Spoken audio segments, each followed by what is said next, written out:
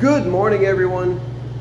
Welcome to the channel. It's 6 o'clock this morning and we're off on a road trip. Yeah, that's right, a road trip. I'm going to pick up something that I've been wanting for years. Many years. I'm not going to say what it is just yet. I still want to keep it a surprise. So you're going to have to keep watching, but here's a hint. This is what we carried. All right, we're good to go.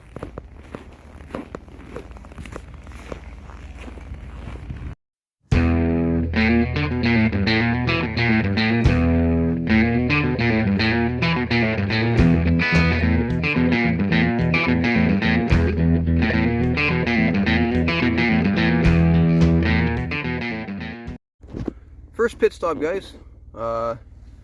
Still pretty snowy out here. Roads aren't too bad. We've got a little bit of flurries coming down.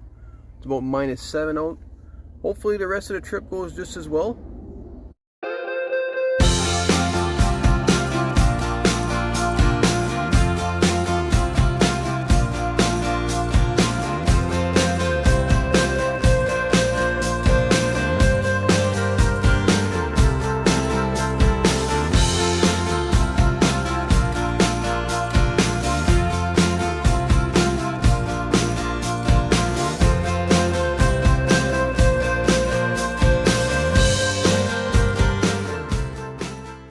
Pit stop number 2, guys. I mean, sometimes you just got to stop and empty your bladder. So here we are, just checking out the rig, making sure we're good to go for the next little bit of the trip. We're about halfway there.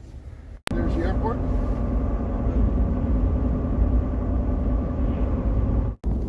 Almost there.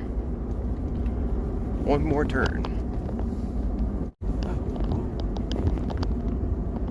Keep on going. Turn left right here. Right here. You know, it's like saying go head back up. Driving. Okay. Just go right around.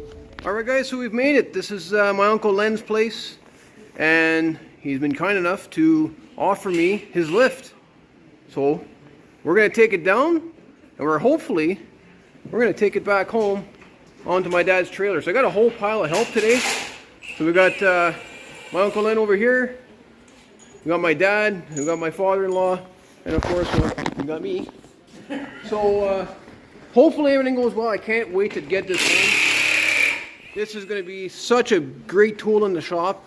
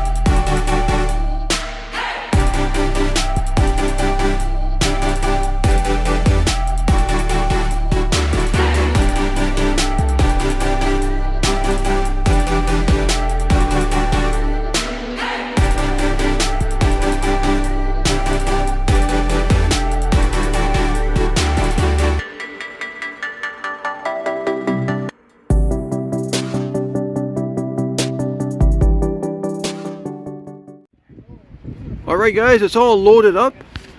We're gonna go inside a little bit. It's windy out here. It's pretty cold, actually. The wind chill is crazy.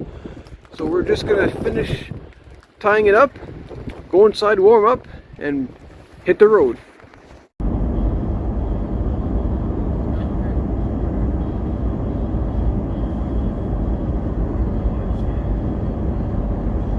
Made it.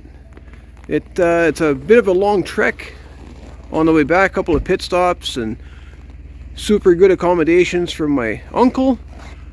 But next step is obviously to try and get this honkin' hoist into the garage. We have to do a bunch of measurements. Okay guys, so it's the next day and I've kind of had some time to think about this. Yeah, by the time we got back last night, it was a little bit late. We want to have some supper and just kind of think about things before we decide to throw it in to the garage and into the door. But we're having a bit of an issue here. Obviously, I've got a 9-foot door and I've got a 9-foot lift, and that's 9 feet to, well, to the top right here. That's not counting the motor. That's the motor. If you guys remember, it's been covered up because I don't want it to get wet. And the motor sticks out another 7 or 8 inches above it. So we got a bit of a problem. I know what you're thinking.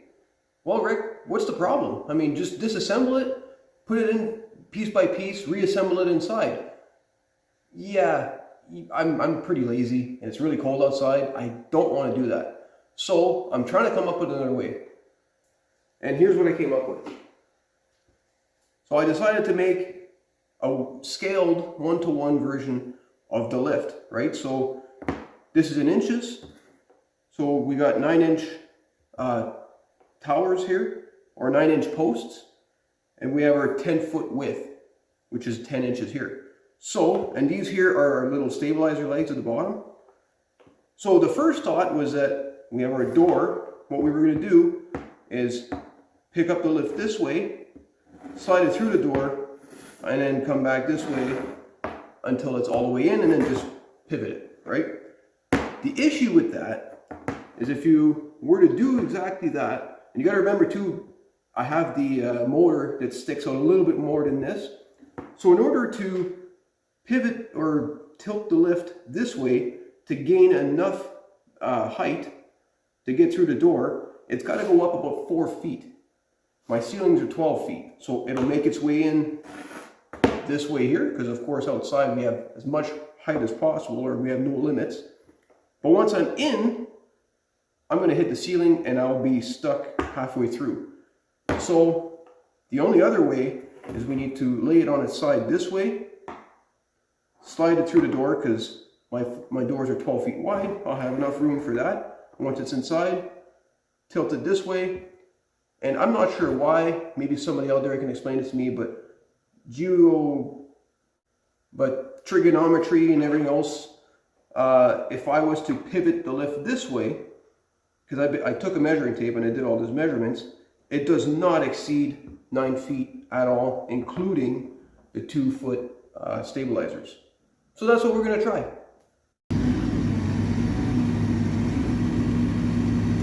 The strap will be on the bucket now.